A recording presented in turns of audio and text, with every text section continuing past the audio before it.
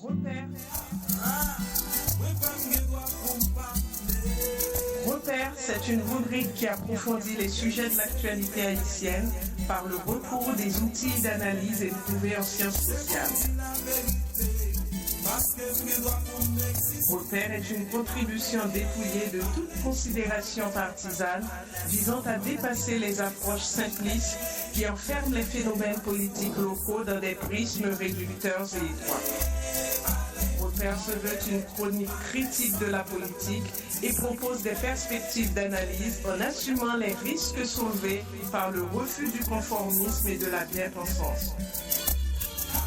Repère, tous les dimanches sur Fréquence Paris Pluriel. Repère est présenté par Jacques Nézy. Jacques Nézy, vous vous intéressez au rapport entre les contes et la politique. Les Haïtiens ne croient plus que leur pays se dessine en Haïti aujourd'hui. C'est le sauve-qui-peut général. Les médecins, les avocats, les entrepreneurs, les enseignants, les étudiants fuient Haïti. C'est un pays qui s'étiole et qui n'envoie aucun signe d'espoir. Il n'y a pas meilleur élixir que de se réfugier dans l'exploitation de ces aires culturelles. Exploits historiques, référence aux grands hommes, récit national, folklore, peinture, contes. L'univers des contes est ludique. Il se déroule dans un champ clos, donnant libre cours à l'imaginaire. Le conte en Haïti n'a rien de citadin. Il a pris ses origines dans un cadre paysan. C'est une coutume paysanne qui facilite l'affirmation du paysan dans un environnement qui lui est spécifique. Le paysan projette une représentation négative en ville. Il est traité de nègre-feuille, gros orteil, Congo et tout ce qu'on veut. Les contes sont coulés dans le moule paysan comme contenu de substitution à l'analphabétisme et au déficit d'instruction. Est-il utile de noter que le nombre d'établissements scolaires en milieu paysan est rare, sinon insuffisant? Les contes sont un refuge par souci d'affirmation d'une identité. Ils vont être adoptés en ville par les bonnes, les nounous, les lavandières, les gardiennes d'enfants, originaires de surcroît des campagnes. Puis par la suite, les lettrés en font une large appropriation. Pour quelle raison? Eh bien, Niki, la première raison est une appropriation comme espace épistémologique imposé par les sciences humaines. Pour reprendre les termes de Michel Foucault, les sciences humaines tendent à tout intégrer, tout ce qui touche de près ou de loin, par l'homme. Il nous explique qu'il est utile de penser aux représentations que nous renvoient dans ce cas les contes. Je cite, « Il n'y aura science de l'homme que si on s'adresse à la manière dont les individus ou les groupes se représentent leurs partenaires dans la production et dans l'échange, le mode sur lequel ils éclairent ou ignorent ou masquent ce fonctionnement et la position qu'ils y occupent, la façon dont ils se représentent la société où il a lieu, la manière dont ils se sentent intégrés à elle ou isolés, dépendants, soumis ou libres. » Fin de citation. La deuxième raison, la naissance est le fondement de l'anthropologie politique.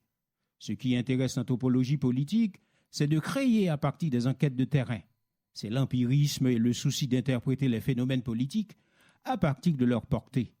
Le souci de comprendre est animé par l'engagement anticolonial parce que le colonialisme ne se limite pas seulement à la captation des ressources locales, mais également à l'abêtissement de l'homme dans ses dimensions spirituelles. L'idée de l'autonomie politique de la société anciennement colonisée ne pouvait être affirmée que par une prise de position radicalement critique envers le système colonial dans son ensemble. On pense à Aimé Césaire, dans son discours sur le colonialisme, qui s'inscrit dans le sillage des contestataires du colonialisme, même si Haïti avait déjà sonné le tocsin souverainiste et anticolonial depuis 1803, au sortir de la guerre.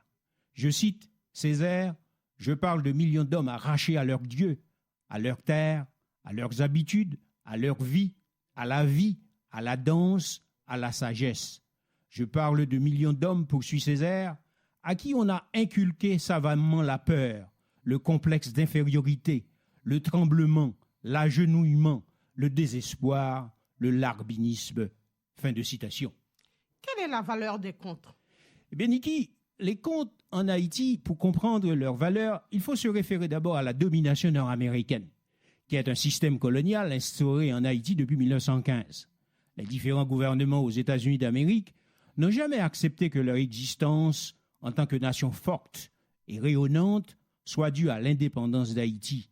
Les États-Unis n'auraient jamais cette ascendance sans la défaite de Napoléon en Haïti. Ils ont tout fait, les États-Unis d'Amérique, pour occulter cette page glorieuse du récit national haïtien. Et pour y parvenir, il faudrait châtier, humilier Haïti et mieux l'occuper pour l'étouffer. Les Haïtiens en résistance, sous l'occupation américaine, vont revisiter le folklore haïtien, ses légendes, ses mythes, ses contes, d'où l'exigence qu'a formulée Jean-Pras Marx, pionnier de l'anthropologie haïtienne, qui valorise les contes.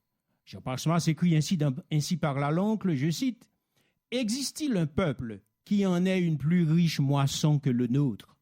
En connaissez-vous dont l'imagination est inventée plus de drôlerie, de bonhomie, de malice et de sensualité dans ses contes et dans ses légendes? Et qui de nous peut oublier ces interminables et désopilantes histoires de l'oncle Bouki et de Timalis dont notre enfance a été bercée? » Jean-Pras Marx se poursuit.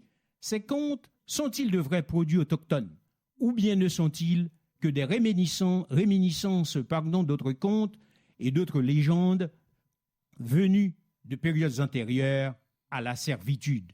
Ou sont-ils nés sur notre sol comme notre créole lui-même, produit hétérogène de transformation et d'adaptation déterminé par le contact du maître et de l'esclave? Et Jean-Pras Marx se poursuit. L'une et l'autre de ces hypothèses sont aisément justifiables et il est possible de découvrir dans les éléments constitutifs de nos contes des survivances lointaines de la terre d'Afrique autant que de créations spontanées et d'adaptations de légendes gasconnes, celtiques ou autres. Fin de citation. Plus que jamais, les contes forgent notre identité et notre histoire. Merci Jacques Nézis, c'était repère.